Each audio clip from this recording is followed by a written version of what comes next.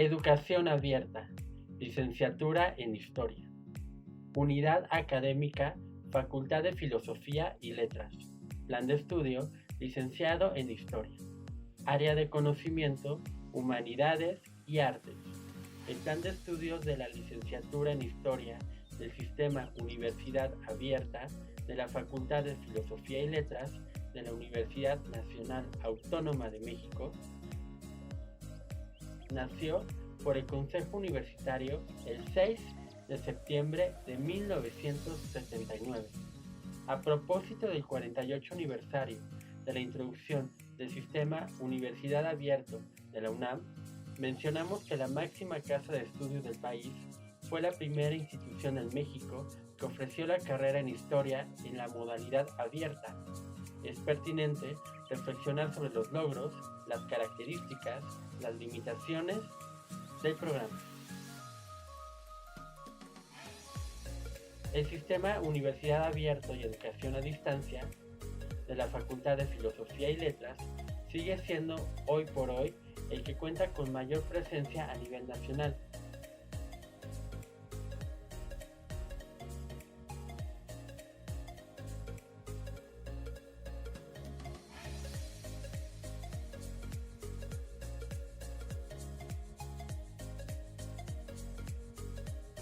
Características del plan de estudio.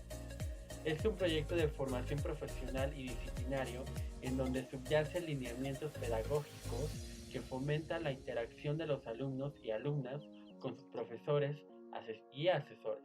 Sin embargo, ¿cuáles fueron los lineamientos que se diseñaron para darle estructura y contenido al plan de estudios de 1979 y en qué medida se ha tenido sus transformaciones como el modelo curricular a través del paso del tiempo? La creación de la modalidad SUA de la UNAM se dio años después de la apertura del Open University de Gran Bretaña en 1966. En México, las reformulaciones mundiales en cuanto a nuevas propuestas educativas dieron que el 25 de febrero de 1972 se incorporara a la Ley Orgánica de la UNAM el Estatuto del Sistema de Universidad Abierta de la UNAM. En la misma década, las instituciones como el Instituto Politécnico Nacional, la Universidad Pedagógica Nacional y la Universidad Iberoamericana comenzaron a ofrecer el sistema abierto en algunas de sus licenciaturas. Entre 1974, 1975 y 1976, la SUA y la Facultad de Filosofía y Letras trabajaban en la reorganización y orientación pedagógica de los planes de estudio de la licenciatura en Historia del Sistema de Educación Abierta.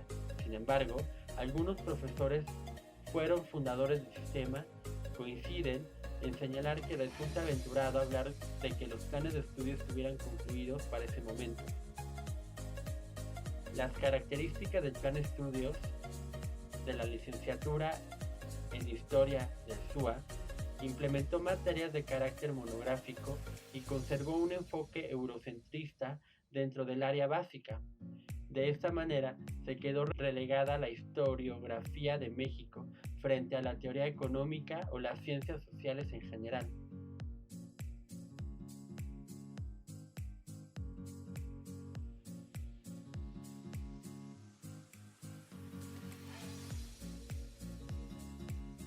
También se sustentó crear un sistema en donde los estudiantes pudieran marcar su propio ritmo de estudio y de acreditación de sus asignaturas.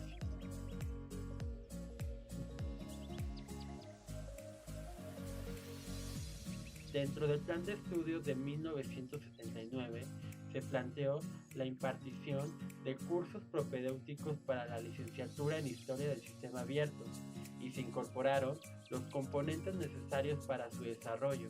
Estos serían el material de estudio, la biografía seleccionada básica y general de carácter específico, las tutorías, cuya finalidad era orientar en el proceso de enseñanza y aprendizaje, con el fin de solucionar dudas, plantear problemas y grupos de estudio que tuvieron que ceñirse al calendario escolar basado en el sistema escolarizado.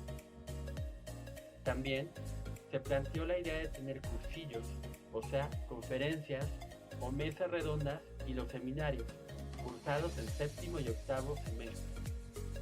El plan de historia del SUA se divide en 3 áreas básicas: Historia de América e Historia de México, problematización teórica y aplicación práctica.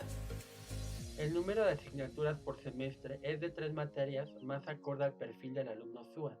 En el caso de la licenciatura en Historia, se establecieron 6 u 8 materias y para el octavo semestre se disminuye a 3. En total, el mapa curricular consta de 47 materias obligatorias, teórico y prácticas, y 2 seminarios que se cursan al final de la licenciatura.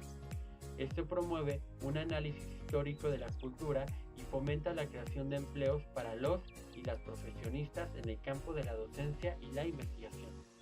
El plan de 1974 no incluyó asignaturas optativas debido a las limitaciones económicas de los alumnos.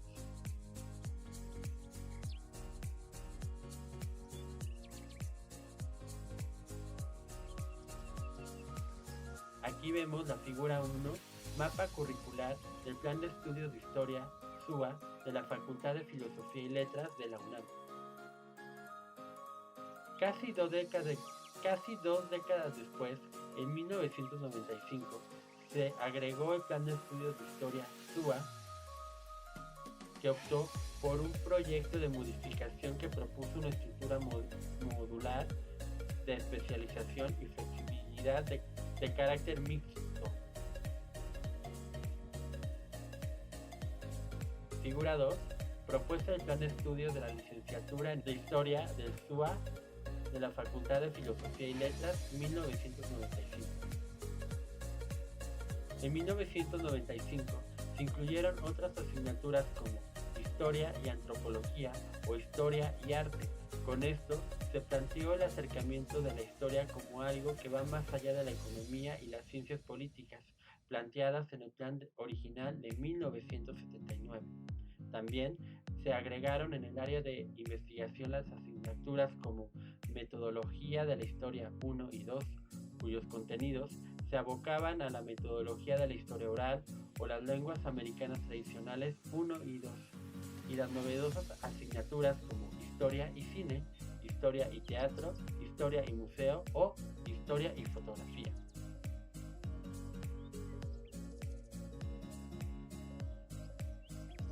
Se consideraron que los conocimientos básicos en los primeros 4 semestres serían enseñados en la etapa modular de la licenciatura. En tanto, a partir del 5º semestre se complementaría la información de los alumnos, que elegirían entre diversas materias optativas ausentes en el plan de estudios de 1979. Esto permitía que el alumnado tuviera una especialización temprana y relacionada con la búsqueda de perfil de egreso que favoreciera a los profesionistas el ingreso al ámbito laboral, ya sea en la difusión como en la docencia y en la investigación. Esto resulta interesante entre generar un plan de estudios que desde 1979 ya tenía la visión de confluir entre la información académica y la apertura al ámbito laboral. Para el 2003 se llegó a una nueva propuesta para modificar el plan de estudios de historia del SUA, ya que se señalaba que el SUA y la Facultad de Filosofía y Letras funcionaban más a modo de un sistema semipresencial. Se planteó que cada módulo debía tener en sí mismo los conocimientos necesarios de teoría, de metodología y técnicos y de contenido histórico, específicos para la formación de profesionales que promovían que cada módulo tuviera un enfoque teórico seguido de una práctica, en la cual el alumno realiza una investigación actual de las tendencias historiográficas mundiales, promoviendo a plantear a la historia como una historia cultural que formula los campos de la historia política y la historia económica que hasta 1979 estaban centradas en la visión marxista. En tanto, el proyecto del 2003 tomó un rumbo más amplio. Conclusiones. De manera muy panorámica, se ha reflexionado acerca de las líneas que fueron conduciendo a la apertura de la licenciatura en Historia dentro de la modalidad de educación del sistema abierto, que nace de una época determinada por los movimientos estudiantiles a nivel mundial y por una idea de renovación educativa y de la humanidad. La licenciatura en Historia, SUA, ha representado un enfoque avanzado para el sistema pedagógico escolarizado, el nivel tradicional. En tanto, ha proyectado una nueva visión y misión de la historia. Entre los aciertos del programa de estudios es la preocupación de integrar el aprendizaje de contenidos teóricos, prácticos y disciplinarios, con el fin de que el alumno diera cuenta de sus conocimientos adquiridos y la preespecialización temprana.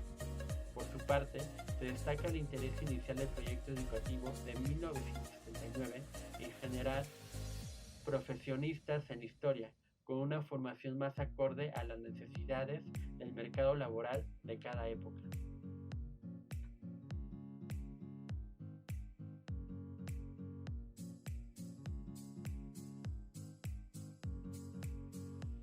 Rol del docente y del alumno en las tecnologías de información y comunicación. Estrategia. Descripción del tipo de alumno para el cual está dirigida la propuesta. Tercer grado de secundaria.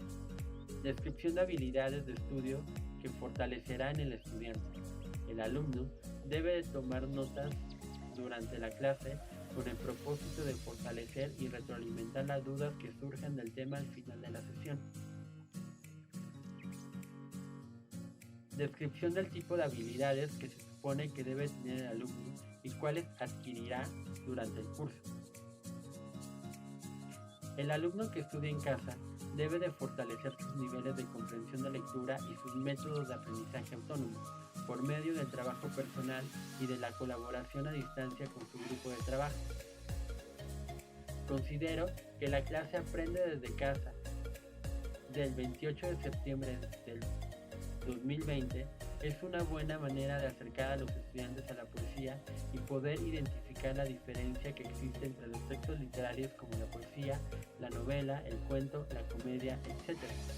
Sin embargo, creo necesario que se muestren trabajos de poetistas de México y latinoamericanos como Guadalupe Amor, que pertenecen a la segunda mitad del siglo XX, o a poetisas del siglo XXI. En tanto, se fomenta el trabajo en comunidad a nivel a distancia. También se reconoce que el contexto es una manifestación artística que usa palabras. La poesía es un lenguaje que se vincula con el arte, es un mensaje comunicativo. Descripción del tipo de conocimientos que se supone tiene el alumno y los que obtendrá. El alumno se encuentra inmerso en un sistema de aprendizaje a distancia. Sin embargo, eso no quiere decir que se encuentre en la lejanía de sus materialidades de trabajo como su libro de textos. Creo que la educación abierta está teniendo un papel importante en la forma en que confluye la información física y los recursos audiovisuales en función a su aprendizaje. El alumno tendrá la información suficiente para diferenciar y describir los diferentes tipos de recursos literarios. Descripción del papel del profesor a lo largo del curso. El docente tiene un control de su lenguaje corporal, visual y oral, con el propósito de tener la atención de los alumnos durante el transcurso de la clase. La generación Z desde la generación Z. ¿Cuáles son las aportaciones de la generación Z? ¿De qué forma los medios tradicionales de comunicación están respondiendo al auge de la información que circula por Internet? La generación Z son los nativos digitales, es la población más joven del planeta, oscila entre los 18 y 23 años de edad. Es una generación que se preocupa por los valores, la honestidad y premia el poder colaborativo de los medios digitales a partir de tener un dispositivo tan a la mano como el aparato celular. La voz que circula por Internet es la voz revolucionaria de la juventud. Los sistemas políticos, los movimientos culturales de cada nueva generación deben de lidiar, adaptarse y evolucionar con los cambios, los dogmas y el proceso que definen a cada época. Por ejemplo, la generación Z tiene como característica que se encuentra estudiando y formándose y teniendo experiencia en un ámbito profesional alternativo como los editores de contenido de YouTube. La generación Z pertenece a un mundo legado. También es una nueva perspectiva del tiempo en cuanto a lo cambiante, acelerado y global de esta medida de la temporalidad humana. En cuanto al caso de estudio del sistema abierto de la licenciatura en Historia, se comenta que como una estrategia propositiva al plan de estudio y como una estrategia propositiva al plan de estudios vigente, el sistema abierto de la licenciatura de Historia estaría enfocada en rediseñar y adecuar el plan de estudios de la carrera en cuanto a proponer aplicaciones digitales dirigidas a los dispositivos móviles. Esto en relación a que la generación Z es nativa al mundo digital y tiene una estrecha conexión, incluso imprescindible, a los aparatos móviles y a la creación de las imágenes técnicas. Se requiere de la creación de un ecosistema digital en el ámbito escolar, donde las herramientas tecnológicas no se limiten a ser meras competencias complementarias, sino que promuevan la integración transversal en el sistema educativo como entornos del aprendizaje que favorecen la adquisición de habilidades y competencias claves para el desarrollo que integra a los estudiantes.